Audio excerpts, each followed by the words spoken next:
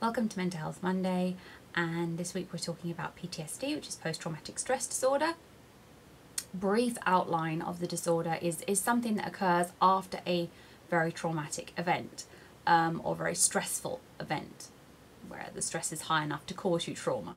Symptoms of PTSD: persistently remembering or reliving the trauma that caused the stress. Now, there may be more than one trauma. I'm going to talk about that later. But yeah, it's continually reliving, so nightmares, flashbacks, bodily memories, recurring sensations felt during those traumas.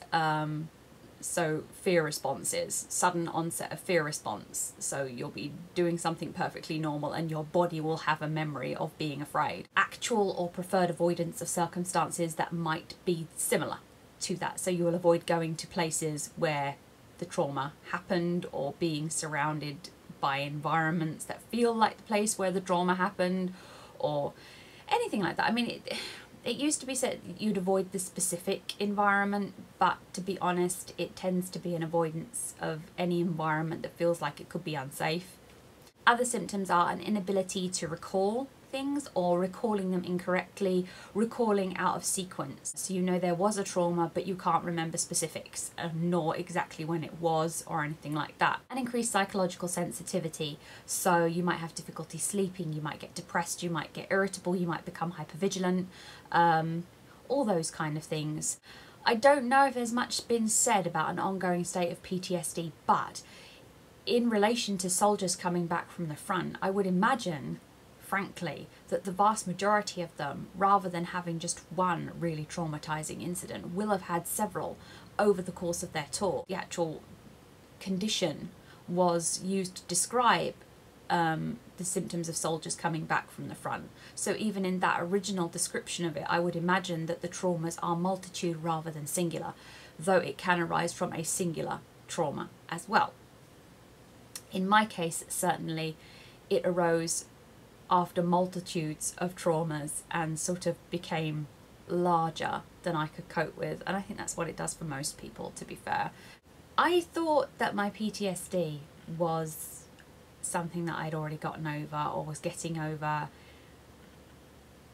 but when you think about it, when you really sit down and think about what PTSD is and the effects that it's had on you, you suddenly begin to realise, oh no, actually it's a little bit more appropriate to my daily life than I thought. I think, for instance, my agoraphobia was triggered by PTSD because nowhere felt particularly safe, and I still have that. Like I said in my last video, I still have safe places where I can go and places where I can't go, and I feel very nervous going to new places. My fear response to the situation that I was in, as I think a lot of people's fear response in PTSD can, sort of transmutes itself into a fear of everything. I think if you deal with it, you can get a handle on these symptoms, you can understand where they come from and how they've arisen, and you can find ways to cope with them and to get them under your control. Not only was I not diagnosed at the time, I wasn't diagnosed PTSD till much later on. It was never dealt with, so it just became part of who I am. And it's not part of who I am. It was a natural psychological response to very traumatic circumstances that kept occurring, and I didn't get any break from them. And it should have been recognised and it should have been treated. And these days I'm quite cross with my family doctor for not being more vigilant. I feel there are a lot of doctors who are very nervous of diagnosing anything. But that's what mental health resources were for then and now. Now we have CAMS. My son has a learning difficulty, a developmental delay, and behavioural problems that come along with that, and he's been through CAMS, and part of their sort of programme has been fantastic and parts of it are terrible, and the waiting lists are absolutely abhorrent, but that's not their fault. That's a case of funding. They don't get as much funding as they need. You know, as an adult, I can see that. As a teenager going through it, I might not understand that the reason why I'm waiting so long and not getting the exact help that I maybe need is because there is a lack of funding. But that's very much the case with CAMHS. They can only do what they can with the funding that they have, and it is inadequate in the extreme. There are resources, and doctors should be using them and should be making sure that kids get help. It's vital. It's vital. To just dismiss you because they refuse to give you depression medication is just ludicrous. I should have been referred. It should have gone further, and it didn't. There are lots of things that come from my PTSD that I still have now, my hypervigilance, my hypersensitivity. I have consistent psychological numbing. Part of that is some of my other disorders, but it's very much related to what happened to me in my teens. The way I cope with it was by emotional numbing, and I've never really regained the ability to show my emotion. For many years I couldn't even cry. So you numb down your emotion, everything gets muted, the button turns to mute, and you don't feel anything anymore. And that's great, except it's not great, because to be human you have to feel, yeah? Naturally I suffered nightmares as part of my PTSD for many years. Most sort of, to my mind, telling thing about PTSD is that it has actual physical effects on the brain. Depression, cyclothymia, other disorders, they also have effects on the brain. So it's just like a quadruple whammy. If you've got all those things together, your brain is just taking hit after hit after hit. So you just end up not being able to focus or remember or anything, which is just kind of shitty. Sometimes I wonder what on earth my brain is doing in there, because it's just not responding to me the way I need it to. It's very frustrating, because I know the stuff is in there. I know what I need is in there, but I can't access it. The first change in the brain is to the hippocampus. The hippocampus is the seat of memory, and when you can remember things, when you can remember, not just remember events, but remember them in order, your hippocampus is relatively healthy. People whose hippocampus has been reduced, because the size of the hippocampus becomes reduced, and you lose the ability to recall things. Your memory, your ability to record is diminished, as is your ability to remember sequence of events. So past and present become mixed up, and you might remember something as happening somewhere where it didn't. You remember the event correctly, but not the place where it happened or the time that it happened. It all becomes a bit scrambled.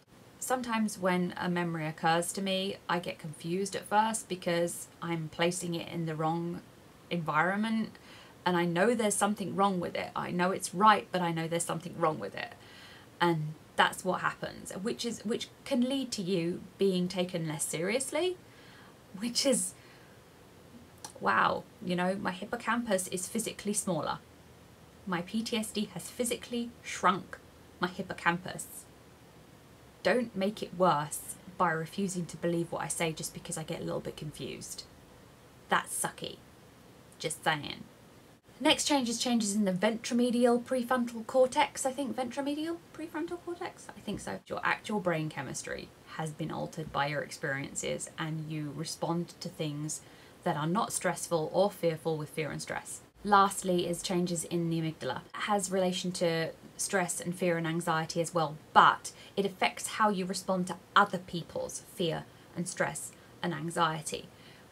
The changes that occur in your amygdala after PTSD that mean that if someone in your vicinity is experiencing any kind of distress, you are immediately distressed. It's kind of like empathy to the max, kind of like a superpower, but not, because it's not nice. So PTSD, if you deal with it, I am pretty certain, I don't know because I didn't, if you deal with it, I think you can get it under control. There's a lot of evidence that PTSD can be completely cured, and there's also evidence that in certain cases it can be only managed but not cured, and then there are cases where it is not cured.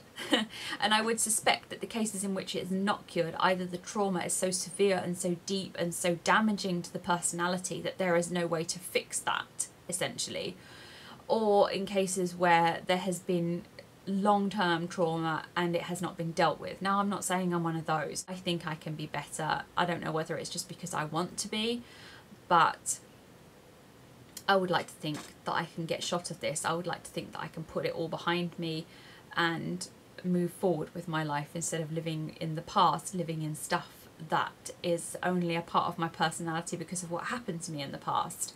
PTSD occurs within 6 months of a traumatic event happening. So if within 6 months of something really bad happening to you, you start to feel symptoms of PTSD, the flashback, psychological numbing, acute stress response to everything, memory issues, go to a doctor, ask for some help. And if they don't want to help you, go to a different doctor until you find one that does want to help you, because I think the worst thing you can possibly do if you have PTSD is to just leave it. It won't go away on its own.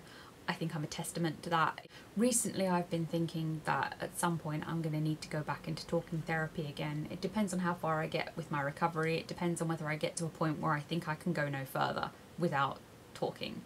And at that point maybe I'll enter talking therapy again, but